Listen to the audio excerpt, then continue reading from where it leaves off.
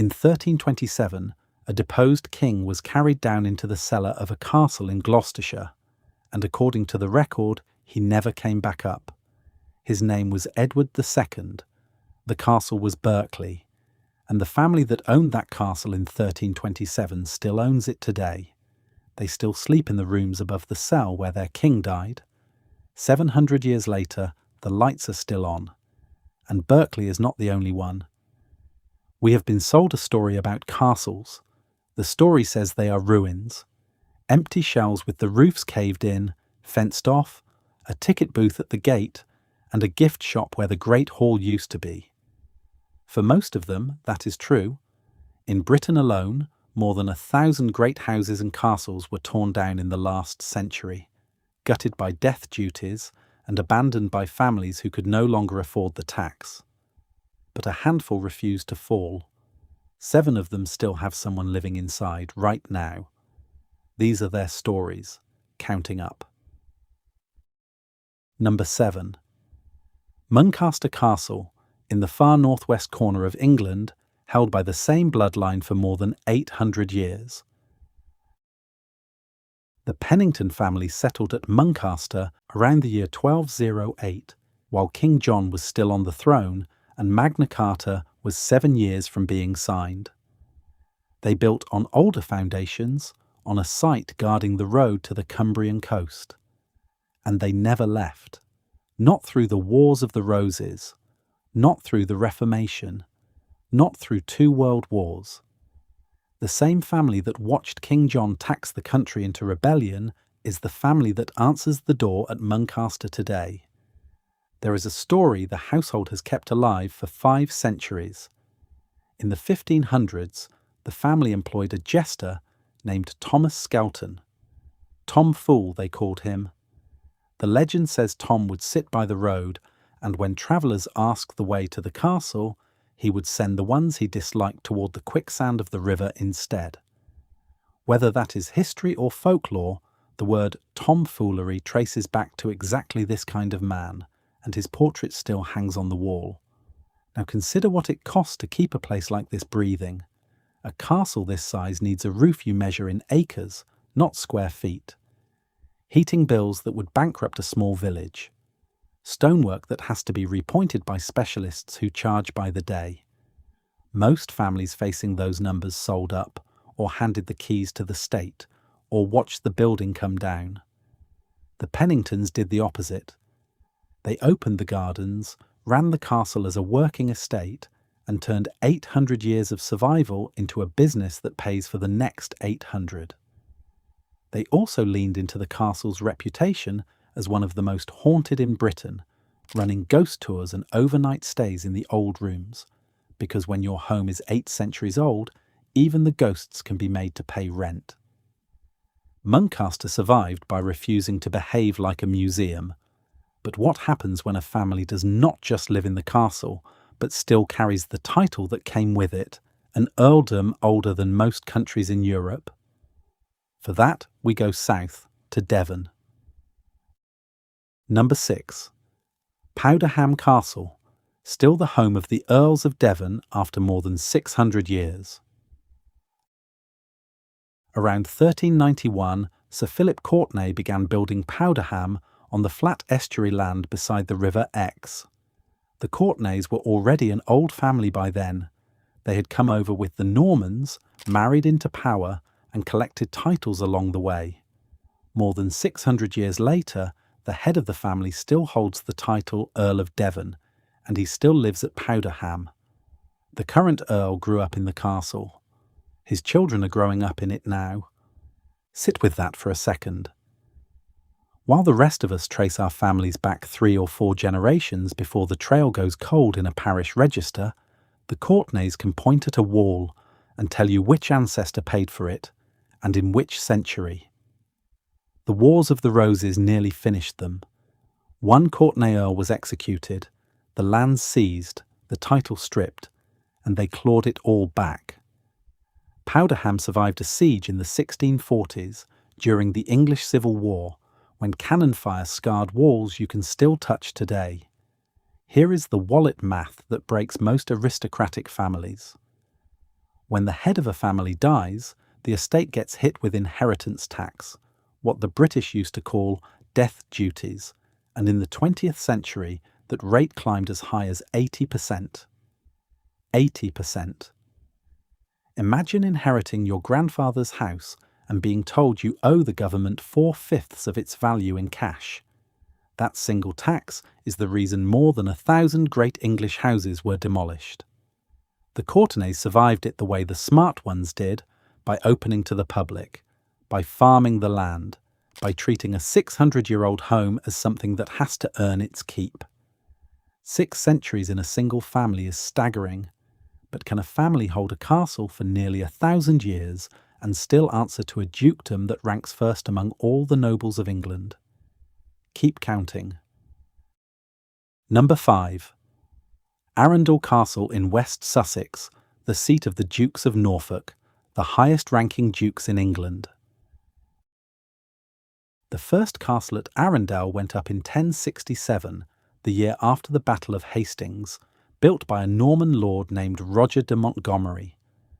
Since then it has passed by blood and by marriage down to the Howard family, the Dukes of Norfolk, who hold the oldest dukedom in the country, along with the hereditary office of Earl Marshal, the man responsible for organising coronations and royal funerals to this day.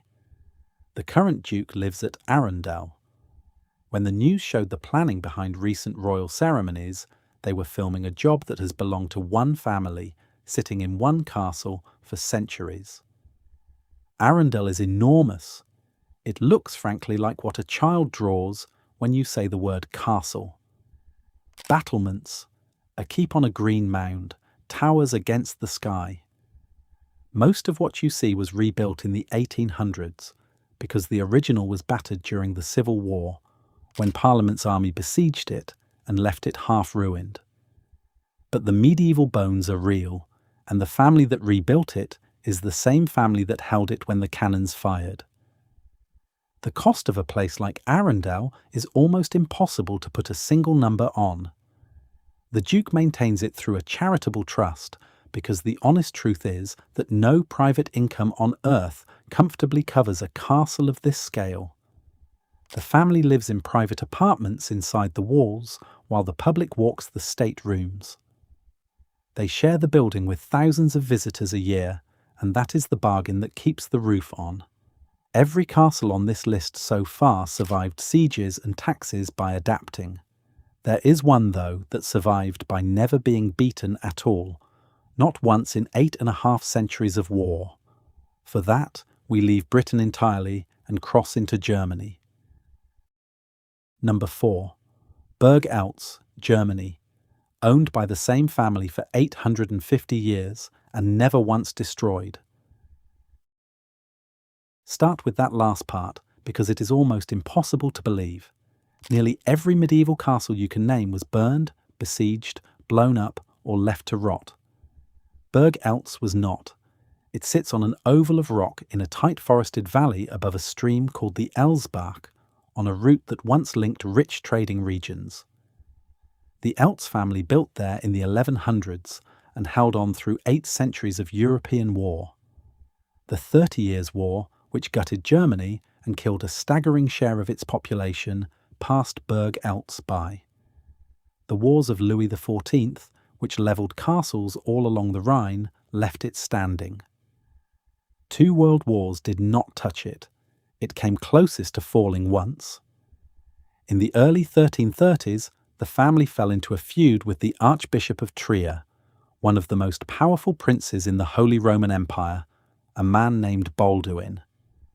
He could not take the castle by storm, so he did something colder.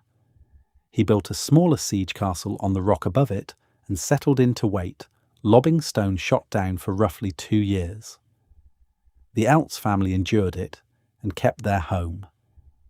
That little siege fortress is still up there. You can see it. They outlasted an archbishop. There is also a reason the family never tore itself apart from the inside. Burg Eltz is what the Germans call a Ganabenburg, a castle co-owned and lived in by several branches of the same family at once, each with its own wing crammed into that one tight silhouette of towers. At its height, 3 branches of the Eltz family and something like 100 people lived inside those walls at the same time, sharing a single rock above the stream. Now the part that surprises almost everyone. Because Burg Eltz was never sacked, its medieval and Renaissance interiors are still inside, original, not reconstructions. The painted rooms, the armoury, the furniture passed down through those 33 generations. And the family is still there. The current head, Count von zu Eltz, owns the castle, and a branch of the family still keeps private quarters inside it. For decades, every single person in Germany carried a picture of this castle in their pocket without realising it, because Burg Eltz was printed on the 500 Deutsche Mark banknote. Burg Eltz won by never losing. The next castle earned its place a different way, not through who it kept out, but through who was born inside it, including a queen. Back to Britain and up to Scotland. Number 3. Glamis Castle in Scotland, home to the Lion family for more than 650 years and the childhood home of a queen. The Lions were granted the land at Glamis in 1372 by the Scottish Crown. The family, later the Earls of Strathmore and Kinghorn, has lived there ever since. And in the 20th century, Glamis produced something genuinely rare. It was the childhood home of Elizabeth Bowes Lion, the woman who became Queen Elizabeth, the Queen Mother. Her younger daughter, Princess Margaret, was actually born inside the castle in 1930. A medieval Scottish tower house, still lived in, that put a child into the royal family. Glamis carries darker stories too. Shakespeare set the murders of Macbeth here, though the real Macbeth lived long before this castle stood, so that one is theatre, not history. The more persistent legend is the so-called Monster of Glamis, a supposedly deformed heir said to have been hidden away in a sealed room, a tale the family has never confirmed and which historians file under folklore. What is real is the tradition of secret chambers and locked room rumours, the sense that a building this old is keeping something from you. The economics here echo the rest of the list. The Strathmore family runs Glamis as a visitor attraction, opens the state rooms, hosts events on the grounds, and pours that income into the same war every owner on this list is fighting: the slow grinding cost of keeping centuries of stone watertight in a Scottish climate that wants to pull all of it back into the ground. Glamis gave us a queen and a ghost story. The next castle gave us something no family ever wants on its record: a dead king in the cellar on its watch. We opened this video with it. Now let us go back. 2 left. Number 2. Berkeley Castle in Gloucestershire, the place where a King of England met a very suspicious end. We started here, so let us finish the thought. The Berkeleys have held this castle since roughly 1153, which means the same family has lived behind these walls since the reign of King Stephen, through every single monarch England has had since. 9 centuries. To put that in human terms, if a generation is about 30 years, that is around 30 fathers handing the keys to 30 sons, in an unbroken line, in one building, while the rest of the world burned through dynasties and revolutions. And then there is Edward II. In 1327, the king had been forced off his throne by his own wife and her ally, and he was handed to the Berkeleys for safekeeping. He was held in a cell at the castle. In September of that year, he died. The official line at the time was natural causes. The story that spread, and that has echoed for 700 years, was that he was murdered quietly on orders from above, killed in a way that would leave the body unmarked. Historians still argue about exactly what happened in that room, but the family that owned the room then owns it now. You can stand where a King of England drew his last breath, and the people who own the floor under your feet trace themselves straight back to the men who were in the castle that night. The cost of holding something for 900 years is not only money, it is the weight of never wanting to be the generation that loses it. The Berkeleys carried that and did not drop it. They opened the castle, kept the line going, and held on. 900 years and a royal death. What could possibly top that for number one? A castle older still in its occupancy, sitting on an island, guarded by a scrap of cloth the family believes is magic. Here we go. Number 1. Dunvegan Castle on the Isle of Skye, the seat of the chiefs of Clan MacLeod, and the oldest continuously inhabited castle in Scotland. The MacLeods have lived at Dunvegan for around 800 years since the 1200s. That is the headline, and read it carefully.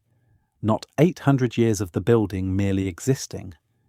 800 years of the same family eating, sleeping, ruling, and dying inside it, generation after generation, on a rock above the sea at the edge of the Hebrides. The chief of Clan MacLeod still lives there today. People named MacLeod travel from Canada, from New Zealand, from across the world, to stand in the home their clan has held since before Scotland was the country we recognise now. The castle began as a defensive site, walls thrown up against raiders and rival clans, reachable only from the water. For most of its history, the only way in was by boat, rowed up to a sea gate cut into the rock, which is part of why 8 centuries of raiders never managed to pry the MacLeods loose. It grew over the centuries into the home it is today, and keeping it alive now falls to the same family, paid for by the visitors who come for the clan history, the gardens carved out of the Skye hillside, and one object in particular. Because the most famous thing inside Dunvegan is not a room or a weapon. It is a fragment of silk, brown with age, kept under glass. The fairy flag. The legend says the flag was a gift to the MacLeods from the fairies, and that waving it in a moment of mortal danger would save the clan, but only 3 times. Twice, the stories say, it was raised, and twice the clan was saved. One use is supposedly left. Now strip away the magic and look at what the cloth actually is. Experts who have examined it believe the silk may have come from the Middle East, or even further east, possibly more than 1,000 years old, which means it likely reached a remote Scottish island through trade or crusade, long before any fairy legend attached itself to it. A genuinely ancient object, sitting in a genuinely ancient home, owned by a genuinely ancient family. That is the thread running through all 7 of these. They are not ruins. They are not theme parks dressed up to look old. They are houses with families inside them who simply never left. Here is the lesson buried under the fairy tales and the gift shops. The medieval world did not quietly end and get fenced off. In these 7 places it just kept going, behind the walls, while we weren't looking. Now I want to hear from you. Of all 7, which one surprised you the most? The king who died at Berkeley, the 800-year clan at Dunvegan, the German castle that never fell, or the jester at Muncaster? Tell me in the comments. And if this changed the way you see a castle, subscribe, because next time we go inside the ones that did fall.